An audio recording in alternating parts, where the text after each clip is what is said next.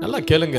வெளி தேசத்துல ஒரு ஊழியக்காரர் ஒரு தீர்மானம் எடுத்தார். என்ன நீர் வல்லமையாய் பயன்படுத்த நான் என்னை ஒப்பு கொடுக்கிறேன் அப்பா. அப்ப ஆண்டவர் சொன்னாராம், நான் உன்னை வல்லமையா பயன்படுத்தினா நீ அதிகாலை 4 மணிக்கு எழுந்து என் சமூகத்துக்கு வரணும். அப்போ அன்றையிலிருந்து ஒரு தீர்மானத்தை இவர் எடுத்தார். 3:45 எழுந்து பிரஷ் பண்ணிட்டு முகத்தெல்லாம் வாஷ் பண்ணிக்கிட்டு தன் பைபிளை எடுத்துக்கொண்டு ஆண்டவருடைய சமூகத்தில் அவர் அறையில போய் கதவை பூட்டி கொண்டு 4 மணியிலிருந்து 6 மணி வரைக்கும் ஜெபிக்க ஆரம்பித்தார். இந்த ஜெபமானது அப்படியே ஒரு 2 வருடங்கள் அப்படியே போய் கொண்டிருந்தது. ஒரு நாள் இந்த ஊழியக்காரருக்கு பயங்கர சோர்வு. உண்மையாவே ஆண்டவர் இந்த ஜெபத்தை கேட்கிறாரா? 2 வருடங்கள் நான் ஜெபித்து விட்டேன். 2 வருடங்கள் தேவனுடைய சமூகத்தில் அதிகாலை நேரத்தை நான் கொடுத்து விட்டேன்.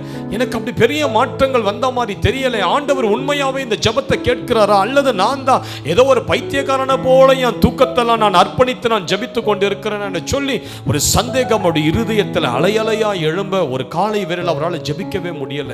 ஒரு மாடியில் இருந்தார் அந்த ஊழியர். கீழே யாரோ ஒருவர் கீழே கதவை திறக்கிற ஒரு சத்தம் கேட்டது. அப்படியே மாடி படிக்கட்டது, உட்டன் ஃப்ளோர். அது அந்த உட்டன் படிக்கட்டு டக் டக் டக் டக் டக் டக் டக் டக்குன்னு ஏறி அந்த மாடியை நோக்கி வருவது போன்றதான ஒரு சத்தம் இவருக்கு கேட்டுக்கொண்டே இருந்தது. திடீரென்று இவருடைய கதவு அப்படி திறந்து யாரோ ஒருவர் அப்படி உள்ள வந்தார். உள்ள போய் ஒரு சேர் அங்க இருந்தது. அந்த சேர்ல உட்கார்ந்து கொண்டு இந்த ஊழியர் அவரை பார்த்து, அவர் இயேசு அவரை பார்த்து சொன்னார், மகனே, நீ ஒவ்வொரு நாள் எழுந்து ஜெபிப்பதற்கு முன்பதாக நான் 1/4 மணி நேரத்துக்கு முன்பதாகவே உன் அறையில வந்து உட்கார்ந்து கொள்ளுவேன். நீ கண்ணீர் சிந்தும் போது அந்த கண்ணீரை என் கரங்களால இப்படி நான் பிடிக்கிறேன். அந்த கண்ணீரை நான் பத்திரமாய் பரலோகத்துல கொண்டு போய் அந்த துருத்தியில நான் ஊற்றி சேமித்து வைக்கிறேன்.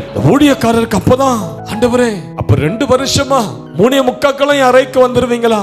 ஆம், இப்படிதான் நான் வருவேன். இன்னைக்கு எப்படி உன் வீட்டை திறந்து உள்ள வந்தேன்னா ஒவ்வொரு நாளும் நான் உன் வீட்டை திறந்து நான் உன் வீட்டு மாடியில இதே சேர்ல தான் 2 வருஷமா வந்து நான் உட்கார்ந்து இருக்கிறேன். ஆனா எவ்வளவு பேர் ஆண்டவருக்கு அதிகாலையில் நான் எழுந்து ஜெபிப்பேன்னு தீர்மானம் எடுத்து நீங்க படுத்து தூங்கி கொண்டிருக்கும் போது ஆண்டவர் நீ எடுத்த அந்த தீர்மானத்தின் நேரத்துல சரியா வந்து உன் வீட்டுல நிக்கிறார். உன் வீட்டின் அறையில வந்து உட்கார்ந்து இருக்கிறார். ஐயோ, என் பிள்ளை எழுந்து ஜெபிப்பா. ஆண்டவர் பார்த்துக்கிட்டே இருக்கிறார். 1 மணி நேரம் தாண்டுது, 2 மணி நேரம் தாண்டுது.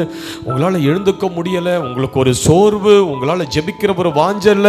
ஆண்டவர் உங்க பக்கத்திலே நின்று நீ எழுந்துப்பன்னு சொல்லி உனக்காக காத்திருந்து ஒவ்வொரு நாளும் அவர் ஏமாற்றத்தோடு திரும்ப பரலோகம் போறாரு. சிஸ்டர், ஆண்டவருக்கு எவ்வளவு வேதனை தெரியுமா? ஆண்டவருக்கு ஒரு வாஞ்சை என்ன? நான் தேவ பிள்ளைகளோடு கூட இருக்கணும், அவர்களோடு கூட போய் வாசம் பண்ணணும், அவர்கள் தேவனா இருக்கணும், அவர்கள் வீட்டுல உலாவணும். உங்க கண்ணீரெல்லாம் அப்படி கரத்தில் அவர் பிடிக்க அவர் ஆசைப்படுறார். உங்கள் வாயிலிருந்து புறப்பட்டு வருகிற ஒவ்வொரு ஜெபத்தையும் தாகத்தோடு ஆவலோடு அவர் எதிர்பார்த்து கேட்டுக்கொண்டே அமர்ந்திருக்கிறார்.